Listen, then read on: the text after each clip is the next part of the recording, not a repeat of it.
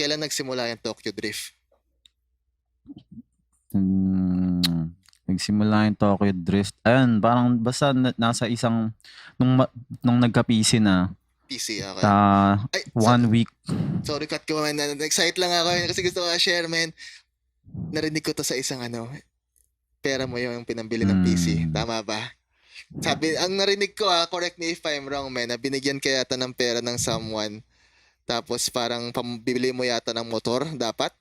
Parang ganun. Parang, kumbaga parang pang-upgrade mo, anong gusto mong parang gawin sa bibilin. Parang, syempre nung panahon na yun, parang, talaga kasi malaking factor yung motor. Parang, naisip ko parang, naisip ko rin na aside sa motor, parang PC talaga. Pero ang ano ko lang, saan ko ilalagay? Kumbaga sa akin ba o para sa O? Kasi kung sa akin lang, syempre pag uwi ako, wala lang, puro patay na ako, lalaro. Wala, diba? Wala na. Wala na, ano na, bomb na naman. Tapos, ayun, naisip ko na parang sige sa O, parang isang ticket. So, hindi ka na bumili ng motor? Hindi na. Dinala mo na talaga sa PC. Ngayon, ito, so, balik natin ulit. Yung PC na, nagre-record na PC kayo. na, after 1 week marunong na gumawa ng beat si Cash, may yeho na. That's it, that quick. Paano siya natuto gumawa yan? Tanong natin yan, bigyan natin space for that. Nakagawa siya ng beat within 1 week dahil hindi pa siya producer nun before. Ano pa lang talaga, kumbaga YouTube. Tapos sobrang gusto talaga gumawa ng beat.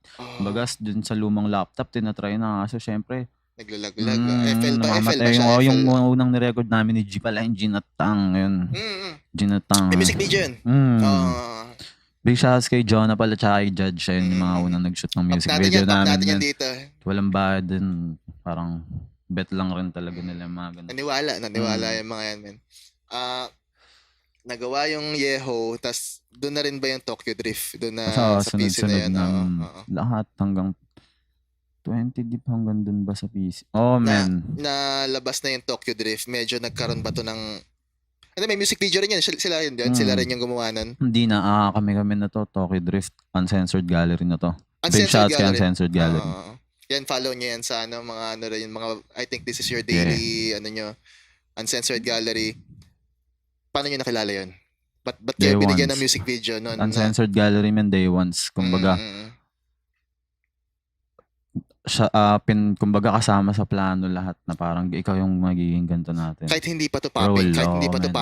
Kumbaga, trip niya parang trip niya yung mga ganong shit. Nakikita namin sa kanya. Kumbaga napansin na ni Cash na parang kumbaga sa mga simpleng story, yung mga shot na hindi naman, kumbaga iba yung vision niya, iba niya tignan yung mga bagay na nakikita rin natin. Kumbaga may sarili siyang may sarili mundo rin. Parang ganun. Nalabas yung Tokyo Drift, nagkaroon kayo ng konting fans, tama ba? Nagkaroon na kayo ng gigs. Dama parang dama. And this is like 5,000 to 10,000 views pa lang, di ba?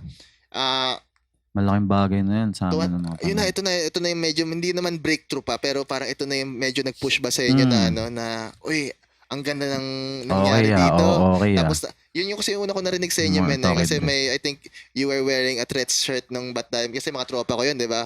Parang, nasa pag-usapan namin lahat yun. Ay, may mga nagra-rap na matitindi. Men, isipin mo sa circle na namin to na, ay, may nagra-rap na nakasuot ng Threats. Siyempre, papaputok pa lang din yung Threats na at that time. Tapos tuwan-tuwa kami na, ay, hindi kilala kita sa spot, nakikita lang kita, pero hindi kayo kilala talaga totally na personally mga pero